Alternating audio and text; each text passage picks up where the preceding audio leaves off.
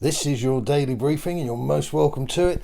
I'm hopeful this uploads before kick-off. The only reason I mention that is 4 o'clock now or thereabouts. Should be an absolute ton of time for a short clip like this, but the Wi-Fi has been absolutely shocking. I know that's fascinating, but this is the internet, and this is the place where people leave 1-star reviews on Amazon because they couldn't get their thing out of the bloody box. Okay, so there's no transfer activity to discuss. There's nothing serious to discuss out there. So if you're, by all means, do watch and read what you will.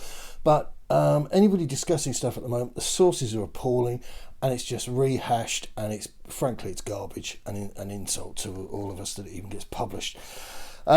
Leicester City this evening. You can watch the game on BT Sport 2, and the coverage starts at 7 p.m. Our hosts have an absolute ton of absentees. 4 are ruled out with just straightforward injuries and not going to be ready in time. A possible 8 late fitness tests. Make of that what you will, and bear in mind there's no match fitness involved in that. And a 4 away at the African Cup of Nations, or in language that the Premier League would more easily understand, just 1 COVID case away from a postponement. Fox's form has been haphazard. Tottenham's has been much better, but I think I'm talking to, we're not the misery club or anything here, but I feel like it's, I can say it doesn't feel great. Despite the wins, it doesn't feel like there's a sense of momentum. I'm just really not feeling it. And there is a huge expectancy from the fan base, and quite rightly so. It's not the same as entitlement, which is always one of those things people snap at your heels with, that things need to change and change on a broader level than just a little bit of playing around with who gets picked and who gets benched. We're beyond that now. All eyes on Harry Kane. He's got tremendous form against Leicester City. His entire club career, Kane has scored more goals against City in all competitions than he has against any other side, and we're talking 17 goals in 16 matches.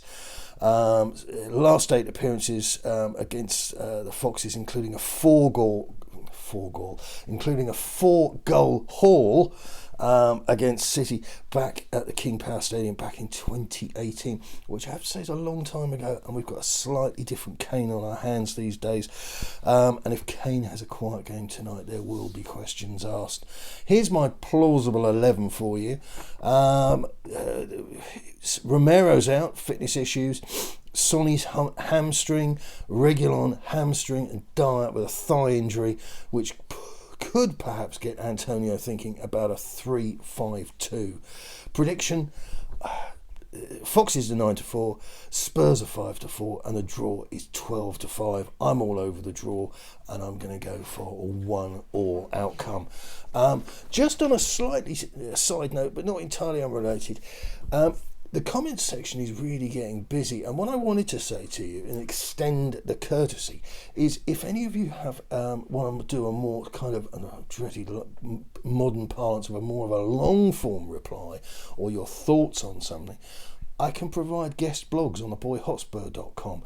We do a ton of traffic. We're the biggest independent Spurs site out there, and subject to the fact that your English is up to par, and we'll do a little bit of editing, sub-editing for you if it needs be. But if you're interested in doing that, my emails are on the description there. So Harold of Hotspur at gmail.com. Come straight through to us, and any contributions most welcome. Happy to credit you. You don't go down as a writer or anything like that. If it's something you've considered, I have an audience. Come and share it. So Foxes away. Hopefully better than my prediction we get out of the boys tonight. Good luck. Keep it on.